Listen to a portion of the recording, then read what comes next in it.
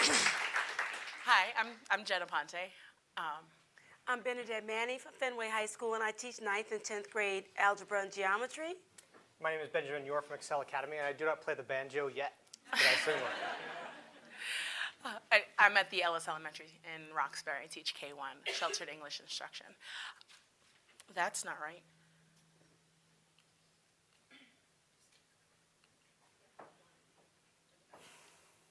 That was my fault. So we're here to talk to you about boys of color. I'm going to start with figuring out this slide and making it go. It's okay because it's online, so it's just going to take a second to catch up to what we're doing. Don't look. I think it's ready. Here it is. So this is my family. These are my siblings, and we're starting with our story. I am what is considered successful. I'm a Latina from a poor, tough neighborhood in Brooklyn, New York, but I've always done well in school. So now I'm 8 years into a successful career with Boston Public Schools. I have 2 degrees in education. I live a happy and comfortable life. The same thing can be said for my sister Marie, who also did really well in school. And after a long, successful career with New York City Public Schools as a teacher, she's now a principal in Staten Island. Things were different for our brother Louis. He didn't do well in school. His teachers complained about his behavior. He didn't listen or follow rules. He talked excessively, and he wouldn't sit still. As a result, his grades were low, and as soon as he could, Louis started skipping school, hanging out all day with boys who were just like him. Louis was placed in the first of many juvenile correction facilities when he was in middle school. When he reached adulthood, he graduated from juvie to prison, and at the age of 24, he was murdered. So how does this happen?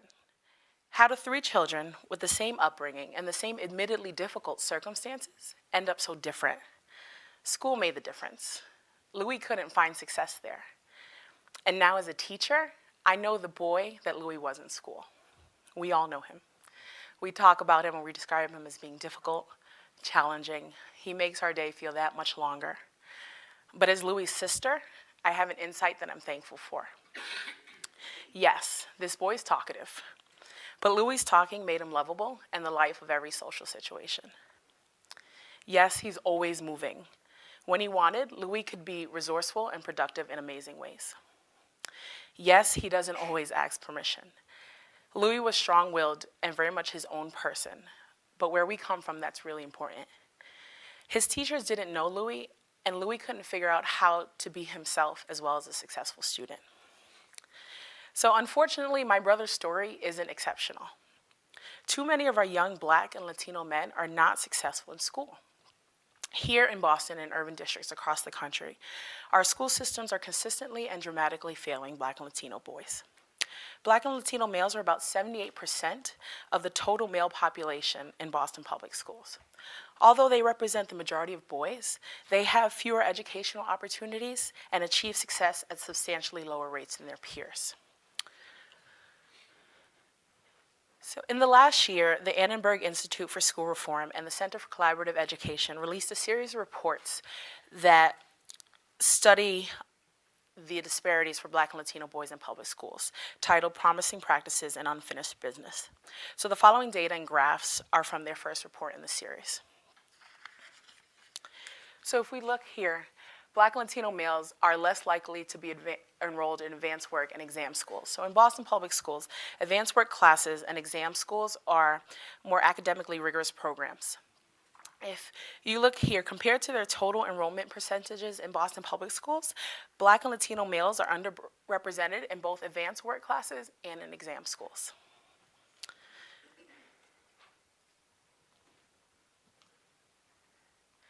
Black Latino males are more likely to be suspended and to drop out. A Black male is 3 to 4 more times likely to be suspended across all grade levels, elementary, middle, and high school. While a Latino male is up to 3 times more likely to be suspended across all grade levels. While both Black and Latino males are about twice as likely to drop out. So this data is just a small representation of the inequity that exists in Boston Public Schools. Please visit bostonpublicschools.org/opportunity to see the full results. It does a great job of providing more data, analyzing the data, recommending solutions, and highlighting some promising practices that are happening in Boston Public Schools. So now what? Even in the light of such dismal data, we believe that we can change the trajectory for our boys. Schools make the difference.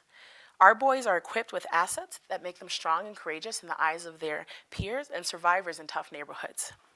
Too often our young men of color experience failure and disconnect because their personal strengths aren't perceived, valued, or developed at school.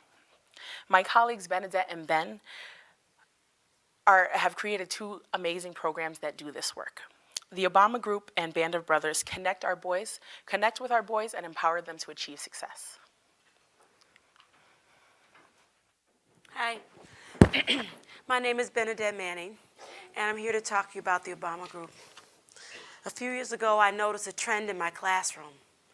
The boys of color were not as academically successful as the girls.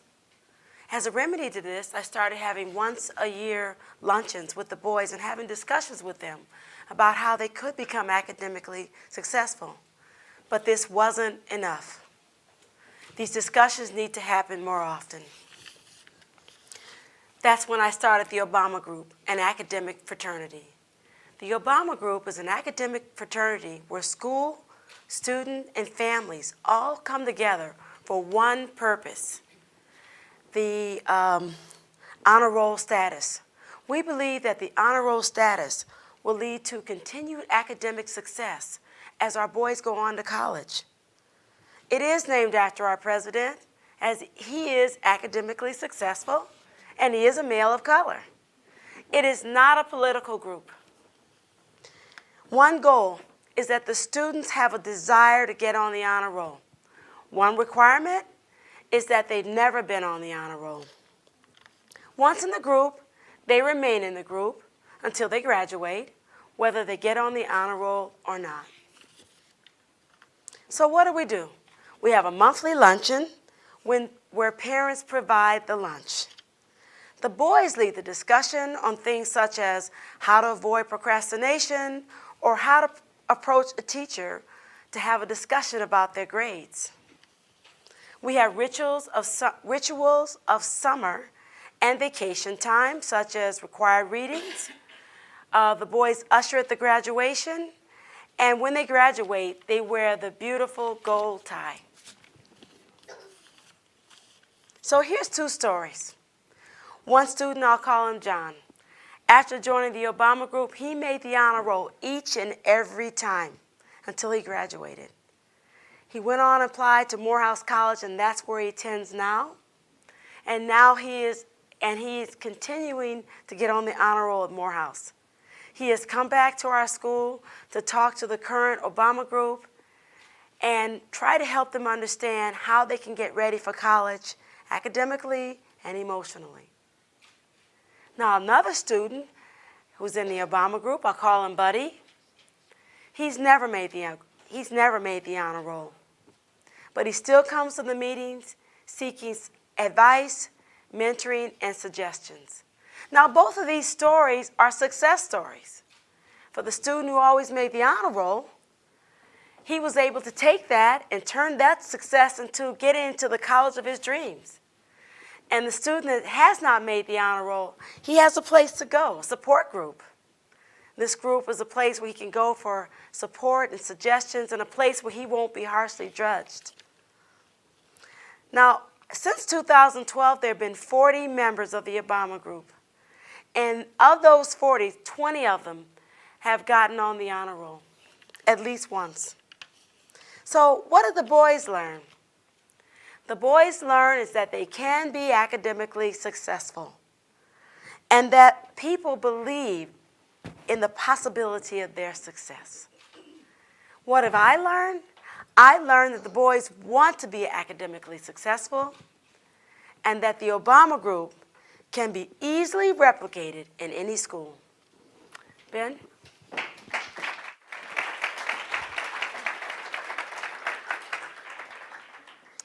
In the novel Siddhartha, Hermann Hesse portrays a young man who was deeply dissatisfied with his life and education because he knew there was something missing, a deeper spiritual reason to learn, grow, and succeed as a man. Our young men are on the same journey. It would be too simple of a task for our schools to provide a homogeneous environment, rewarding and encouraging only one type of person. That student that is studious, hardworking, collaborative, neat, and nurturing. Often these words do not describe our young men when we get them. Our young men oftentimes will enjoy competition over collaboration, energy and enthusiasm over sophisticated verbal dialogue. They'll enjoy stories of war, courage, and strength over novels focusing on relationships. And our young men may prefer a veritable boot camp over friendship circles. If we are to support and build our young men's engagement in school, we will need deeper, character-based reasons for our young men to grow, learn, and succeed as men. Boys are hungry for what is necessary, true, uplifting, honorable, and elevating in their quest to grow into the men that they know they should become. Teachers, assignments, and school programs must incorporate those qualities for the physical, emotional, and ethical manly development if our boys are going to succeed and engage in school. It is in this spirit that we develop Band of Brothers. Band of Brothers is a group of 20 to 28 young men in 6th, 7th, and 8th grade, meeting twice a week to develop leadership skills, non-cognitive abilities and values, and develop their self-understanding as men. These young men are targeted for this intervention because they have leadership or social capital. They may not be reaching their full potential academically, and they receive a large number of school consequences, such as detentions and suspensions. These young men are then organized into 4 squads, with 8th graders serving as squad leaders and mentors. In every meeting and in every activity, we seek to reinforce these 3 truths: that our young men are powerful and have many strengths, that our young men can learn self-discipline of body and mind, which means developing self-understanding and emotional literacy, and that our young men can make moves from mediocrity to excellence, learn from failure to frame future success, and they need a safe place to practice this. Each of our meetings has 3 parts. We start with a rigorous physical component, then we move into goal setting around a value, such as honor, courage, or discipline, and we end with a game where they challenge and they put each other to the test. In order to help you understand what this group does, I'm going to invite you to see through the eyes of some of our young men what a day in Band of Brothers would look like. Jorge would tell you, we start with trying to get a personal record on our push-ups and sit-ups. I did not like push-ups and sit-ups, but doing them every day makes me enjoy them. You want to do more each day to see some progress. Something I learned is that you will succeed in difficult things if you just keep trying. Our older squad members would then take over from there. They instruct members of the squad on a prepared message about a value or character trait that they think their squad members need to develop. It would have occurred the day before when a squad leader comes to me and says, Mr. Yor, I think our 7th graders are too afraid to raise their hand in class and say, I don't know what's going on. So we dive into fear. Without knowing it, they discuss stereotype threat. Then squad members make goals for increased class participation. As an activity, we write down on fabric strips the labels that we've called ourselves or that others have called us. We start a fire, and we burn the strips of fabric containing words like lazy, stupid, bad at math, and shy, to signify that we are not allowing those labels to stick to us, and we're leaving them behind. We then might follow up with a fast-paced game of capture the flag, and squad members live out courage as they take one another on in a competitive game. Our activities follow the needs of our squad members and are driven by squad leaders to support and track squad members' improvement over time, and they plan our meetings. Now, in order to justify any intervention, we've got to look at results. In its goal to develop our young men physically, emotionally, and ethically, what does our engagement look like after attending? Now, Band of Brothers members' attendance increased the longer they were part of Band of Brothers, some up to 90%. Young men in Band of Brothers see a significant drop in attention, again, some as much as 50%. Now, the longer our young men are in Band of Brothers, the more their weekly behavior reports show increased homework completion and decreased school consequences, such as detentions and suspensions. And then in the discipline discussions I have as Dean of Students, the discussion is far more rich, and the focus shifts from rules and consequences to responsibility and their reputations. Kevin says it this way: going to Band of Brothers gave me the motivation to do my homework, cleared up stress I was having so I could focus. It taught me to take risks and be confident. Before, I wouldn't join any groups because I wasn't confident. Now I've joined 3 sports teams. In the data that my colleague pointed out, we see our young Black and Latino men failing as a group, but individually such a level of struggle, whether with low test scores and reading levels or with behavior issues, is a feeling of failing that can be terribly isolating. The power of Band of Brothers, and any intervention like it, is a connection between the educator, the mentor, and the younger students, where we build confidence, honor, discipline, and courage together.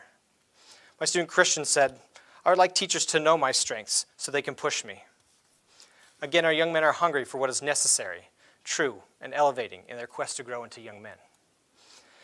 We as teachers and those who run school programs must incorporate those qualities and ideas for the physical, emotional, and ethical manly development of our boys if they're going to engage and succeed. Now, many of you know the story perhaps of the chickens who attended a flying convention. They went to the flying convention, they had a great time, they learned how to fly, and then they all walked home. To help us demonstrate how we can fly, whether tomorrow or Monday or in the future individually and as schools, I'm going to invite our Jen to come back up and talk about what that would look like. So our boys of color are at a severe disadvantage. And in order for schools to make a real difference, we must assume added responsibility. The first is to be more aware of ourselves, including our thoughts, actions, experiences, and our biases, and how those things affect our instruction, our interactions, and ultimately our students. The second responsibility is to really get to know our boys and their families. Get to know who they are, of course, as students, but also who they are beyond the walls of our classroom and our school buildings. This means taking time to learn of their strengths, their interests, and their experiences. And lastly, we're responsible to find ways to connect our boys, our Black and Latino young men, to our classrooms and our school communities in order to increase their chances of success. It just doesn't like me. I do this individually in my classroom every day and every year. I see my brother Louis in the face of every boy who enters my class. I work deliberately to make sure that each one of my boys experiences success. Benadette and Ben are doing this with groups of boys through the Obama Group and Band of Brothers.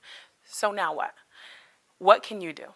We urge you to take action, specific and explicit action to help our boys. It might be in finding resources to become more culturally aware. It might be taking time to have a conversation and connect with a young man of color in one of your classes. It might very well be talking with a coworker and organizing an academic fraternity or leadership program like the Obama Group and Band of Brothers. Whatever it is, it's necessary in order for our schools to make a difference for our boys. Thank you.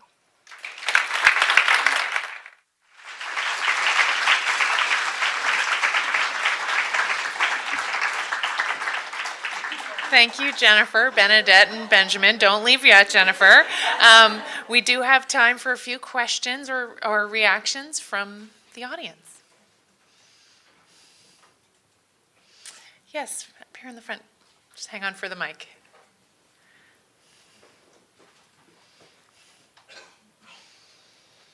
It's not a question, but it's more of a reaction. What you guys are doing is something that's really amazing. I'm a senior at Latin Academy right now, and I see a lot of the 7th graders that I help teach really struggle with this, and it's I don't know, like it's just good to know that like there are people out there who are looking out for these kids, because these are the kids who fall behind, and these are the kids who by the time 9th grade comes, they're no longer enrolled in BLA, and they've gone to schools that are not as challenging to them, and because of that they fall behind and drop out. And this just entails and furthers like the school to prison pipeline that we have, and this is something that we're all trying to end, but as we're trying to end it, we're not looking out for the kids who are falling behind into it, which is just something that, so like things like this, like I'm definitely taking back to my school. I'm definitely taking back into my career as I become a teacher. I'm going to Leslie next year to do that. Wow!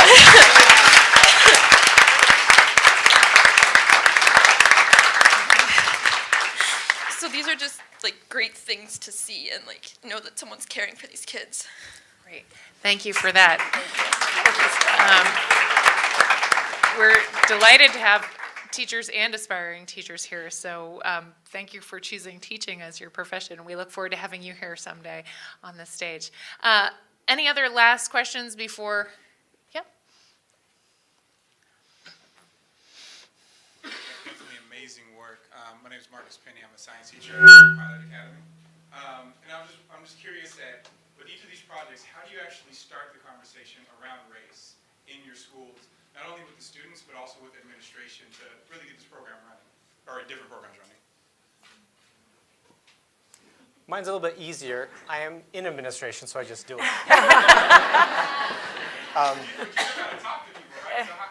It's true. I think it comes up when, for me, because I am dean of students, working with when teachers come to me very, very frustrated that the culture of the young men as a group or individually, they're so very, very frustrated. They come to me saying, "I'm really mad about this. I want you to suspend them, or I want this consequence, or I want this intervention to happen." So they kind of like respect me. And beginning those conversations, there's a lot of great resources, like Jen said, talking about even as different as girls and boys learn differently, and their brain makeup is different.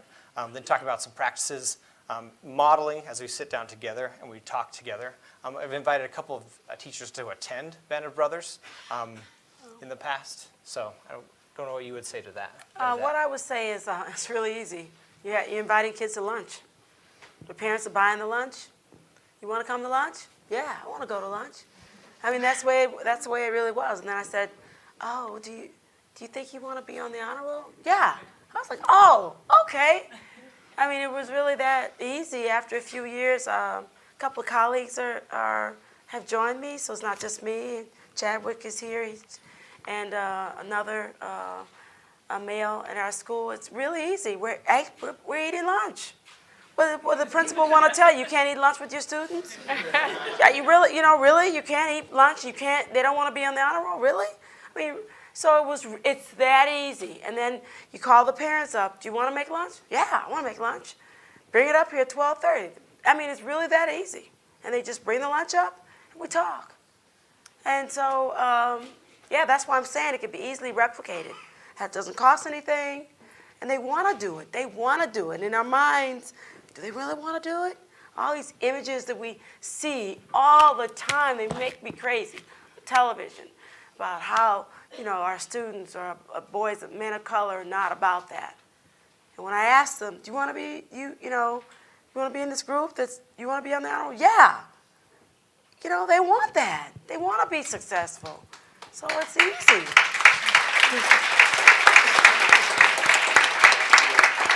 And although we do different work, we do the same work in different places in different ways, I think we all started by being real about what the problem is generally, and that we can look at the data for, but it's also really specific. It's specific to who your boys are, and not all boys are the same. If you really delve into that information, it breaks down the demographics. Being black is not one thing. Being a Latino is not one thing. So even among those different groups, there are different experiences. So being real about who the boys are in front of you, getting to know them. Ben and Benadette get to know their boys. I get to know my boys. And then just being real about who you are. I'm not going to connect with my boys the same way every year, and I'm not going to connect in the way that they connect because of what I've gone through, who I am, and so many different things. So there is no prescribed method. It's about being creative, as we are as teachers, and going with it and taking action. Do something. Yeah.